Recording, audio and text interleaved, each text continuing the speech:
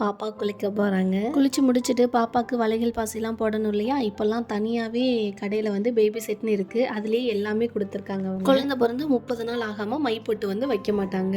ஒன்று புண்ணியதானம் ஆனக்கப்புறம் வைப்பாங்க, இல்லை 3 மாதம் கழித்து வைப்பாங்க. அதுக்கு பதிலாக வந்து கொட்டாங்குச்சியில் வந்து பொட்டு இருக்கும், அதுதான் வைப்பாங்க முன்னாடிலாம். இப்போ வந்து அது அவ்வளோவா குவாலிட்டி இல்லை. அது வச்சா குழந்தைங்களுக்கு வந்து எதுவும் அலர்ஜி மாதிரி வரதுனால அதெல்லாம் நாங்கள் வைக்கல.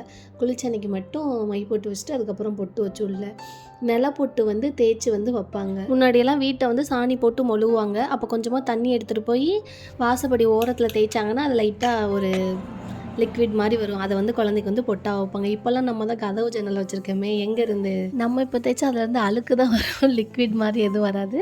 அதுலேருந்து தேய்ச்சி கொண்டு வந்து பொட்டு மாதிரி வச்சுடுவாங்க. அதே மாதிரி குழந்தை வந்து தலை குளிக்கிற அன்னைக்கெல்லாம் குழந்தைய வந்து ஆழத்தை எடுத்து அதில் ஒரு வளைகள் போட்டு சுற்றி கொண்டு போய் ரோட்டில் வந்து ஊற்றிட்டு வருவாங்க. அதை பார்த்துட்டு தான் இந்த வீட்டில் வந்து உங்களுக்கு குழந்தை பிறந்திருக்குன்னு தெரியுமா? தலைக்கு குளிக்கிற அன்னைக்குன்னா தலைக்கு வந்து சாம்பிராணி போட்டு விடுவாங்க. குழந்தைக்காக இருந்தாலும் குழந்தையோட அம்மாக்காக இருந்தாலும் சாம்பிராணி போட்டால் கொஞ்சம் தலை குளிச்சது வந்து நீர் கோக்காமல் இருக்குன்னு சொல்லுவாங்க. அம்மாவுக்கு சளி பிடிச்சா குழந்தைக்கும் சளி பிடிச்சிக்கும்னு சொல்லுவாங்க. அதனால் பார்த்து கொஞ்சம் கேர்ஃபுல்லாக தான் இருக்கணும்.